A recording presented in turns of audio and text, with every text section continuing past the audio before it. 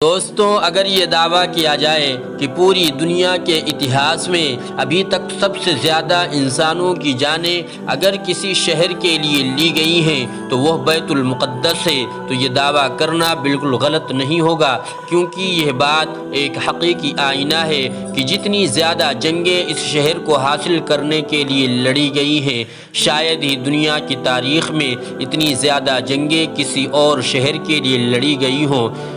دوستوں، مسجد اقصیٰ اسلام کی 3 مقدس ترین مقامات میں سے ایک ہے، جس کی طرف سفر کرنا بھی باعث اجر و ثواب ہے۔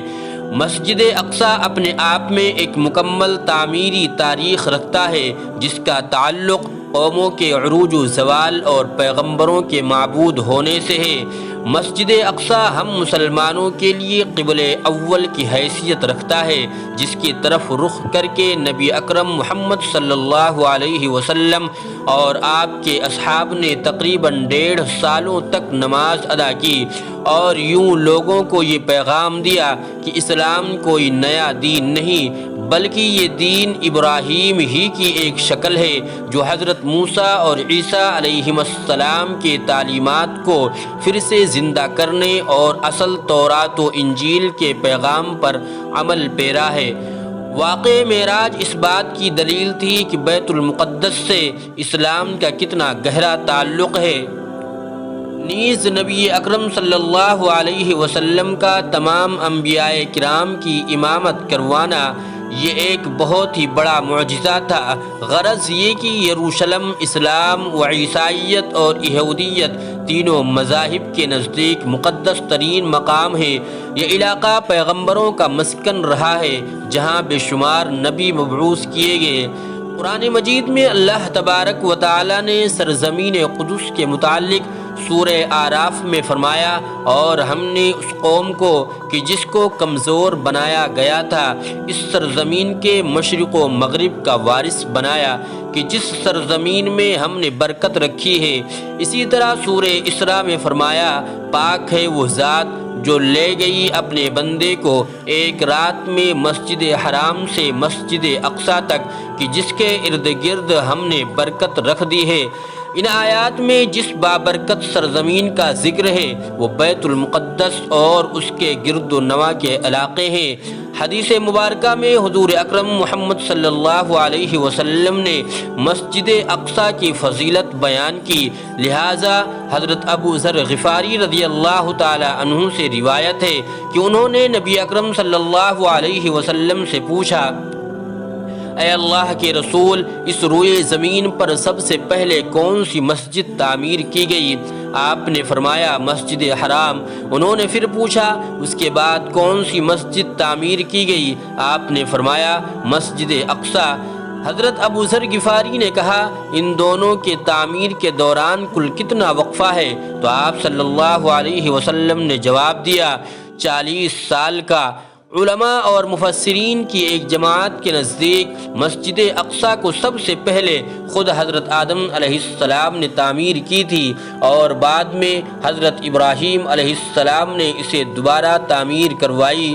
روایتوں کے مطابق اللہ نے حضرت جبرائیل علیہ السلام کو خصوصی طور سے حضرت آدم کی طرف بھیجا اور حکم دیا کہ مسجد حرام اور مسجد اقصیٰ کی تعمیر کرے۔ ابن ہشام نے اپنی تاریخ میں لکھا ہے کہ جب بنی اسرائیل فلسطین میں مضبوط ہوئے اور ان کی ریاست قائم ہوئی تو حضرت داؤد علیہ السلام نے بیت المقدس کی دوبارہ بنیاد رکھی، اور پھر آپ کے جانشین اور فرزند حضرت سلیمان علیہ السلام نے مسجد اقصیٰ کی مکمل تعمیر فرمائی۔ غرض یہ کہ احادیث اور تاریخی روایتوں سے یہ پتہ چلتا ہے کہ بیت المقدس کو کئی مرحلوں اور ادوار میں بار بار تعمیر کی گئی، نیز اس کی تجدید کئی پیغمبروں نے کیا۔ مسجد اقصیٰ کی مکمل تعمیر حضرت سلیمان علیہ السلام کے دور میں ہوئی، جس کی تائید نہ صرف اسلامی بلکہ اسرائیلی روایتوں سے بھی ملتی ہے۔ حضرت سلیمان علیہ السلام اللہ کے جلیل القدر پیغمبر تھے، جن کی سلطنت مشرق سے مغرب تک تھی، اور انسانوں کے ساتھ چرند و پرند، جانور، حیوانات اور جنات پر بھی آپ نے حکومت کی تھی۔ جنات آپ کے تابع اور فرمانبردار تھے۔ اللہ نے جنات کو آپ کے تابع کر دیا تھا جو حکومتی امور میں حضرت سلیمان علیہ السلام کے حکم کی تعمیل کیا کرتے اور بڑے بڑے کام سر انجام دیتے۔ لہذا مسجد اقصی کی تعمیری کام میں حضرت سلیمان علیہ السلام نے جناتوں کو بھی لگایا تھا۔ اس مسجد کی تعمیر آپ کے بادشاہ بننے کے بعد ہی شروع ہو گئی اور تقریباً 40 سالوں میں مسجد کی تعمیر مکمل کی گئی۔ تعمیری مقام پر حضرت سلیمان علیہ السلام نے شیشے کا ایک حجرہ بنایا تھا جس کے اندر آپ عبادت کیا کرتے تھے۔ آپ اپنے عصا کے سہارے کھڑے رہتے اور اللہ کی عبادت میں مشغول رہا کرتے تھے۔ یہ عبادت کافی طویل ہوتی تھی۔ آپ کئی دن یا مہینے ایسے ہی کھڑے رہتے اور جنات اپنے کاموں میں مشغول رہا کرتے تھے۔ جب سلیمان علیہ السلام کو یہ علم ہوا کہ جلد ہی آپ کی وفات ہونے والی ہے تو آپ نے اللہ سے دعا کی کہ ایسا معجزہ صادر ہو جائے کہ ان جناتوں کو آپ کی وفات کا علم ہی نہ ہو اور وہ اسی طرح اپنے کاموں میں مصروف رہ کر مسجد کی تعمیر مکمل کر دیں۔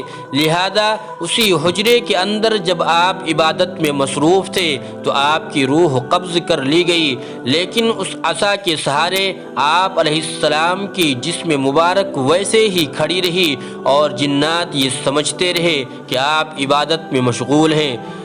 دراصل پیغمبروں کی جسم مبارک کبھی سڑتی نہیں، نہ زمین کی مٹی انہیں کھا سکتی ہے۔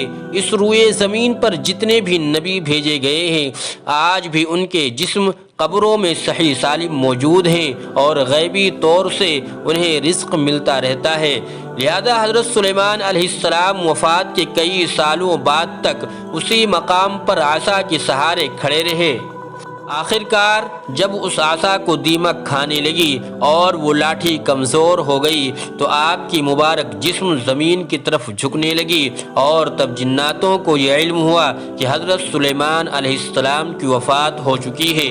اس واقعے کو اللہ نے سورہ سبا میں یوں بیان فرمایا ہے: پھر جب ہم نے ان پر موت کا حکم بھیجا تو جناتوں کو ان کی موت کا علم نہ ہوا مگر زمین کی دیمک ان کی عصا کھاتی رہی، اور جب سلیمان زمین پر آئے تو جناتوں پر وہ حقیقت کھل گئی۔ اگر وہ غیب جانتے تو اس خوراکی کی عذاب نہ ہوتے۔